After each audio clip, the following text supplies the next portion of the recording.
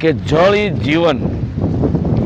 જો જળને પાણીને આપણે રોકી નહીં શકીએ તો આગળ કોઈ ખેતી કરવા પણ ખેડૂતો તૈયાર નહીં થાય. ત્યારે મને એક એવા વિચારો આવ્યા કે ચાલો આપણે પોતે જ પ્રયત્ન ચાલુ કરીએ. ચાણક્યોએ કીધું એમ શરૂઆત તમારે જ કરવી પડે, કોઈની વાટ જોયા વગર. તો ત્યારે અમારા ગામની અંદર આ ઠેબી નદી ઉપર એક તળાવ નદી ઠેબી નદી છે, એની ઉપર એક ડેમ બાંધ્યો, અહીંયા ચેક ડેમ બનાવ્યો. અહીંયા પાછળ મારું ફાર્મ હાઉસ છે અને અહીંયા એક મોટું સરોવર બનશે કે ઓછામાં ઓછું અહીંયા 25 ફૂટ સુધી પાણી ભર્યું રહે. અને આ ગામના ખેડૂતો, આ બાજુના વિસ્તારના લોકો, ગામ લોકોને આ ભવિષ્યની અંદર બહુ મોટો ફાયદો થાય. કારણ કે જળ એ જીવન છે. પર્યાવરણ બચાવવું જરૂરી છે, એટલું જ જળને સંગ્રહ કરવો જરૂરી છે. ત્યારે આ એક પ્રયાસ કરી રહ્યા છે કે અમારા પોતાના સ્વખર્ચે કે આ લોકોને માટે સારું કાર્ય થાય.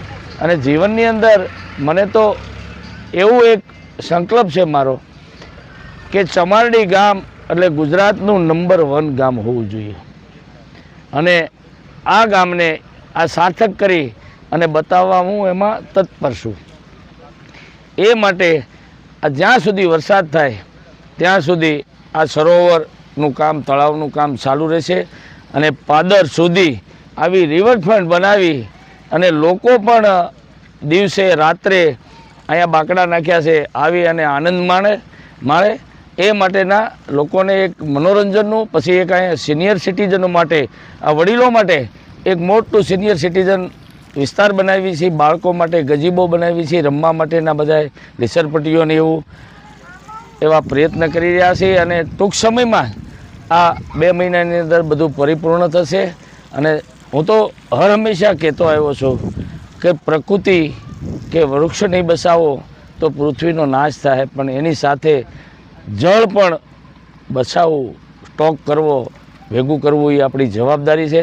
કારણ કે હજારો ગેલન પાણી દરિયાની અંદર વહી જાય અને આપણા ગામની અંદર ઉનાળો આવે એટલે પીવાના પાણી ન હોય.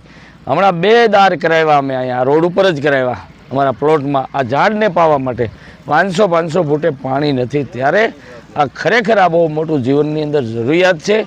અને ગામને પાદરની અંદર એ નદી આખી ખોદાવી અને પર્યાવરણ અને કચરું લોકો નદીઓમાં ન નાખે એ માટેના બધે બેનરો લગાડવામાં આવ્યા છે, બોર્ડ મારવામાં આવ્યા છે. અને એકદમ સમાડી સુંદર ગામ. તમે બસ સ્ટેન્ડથી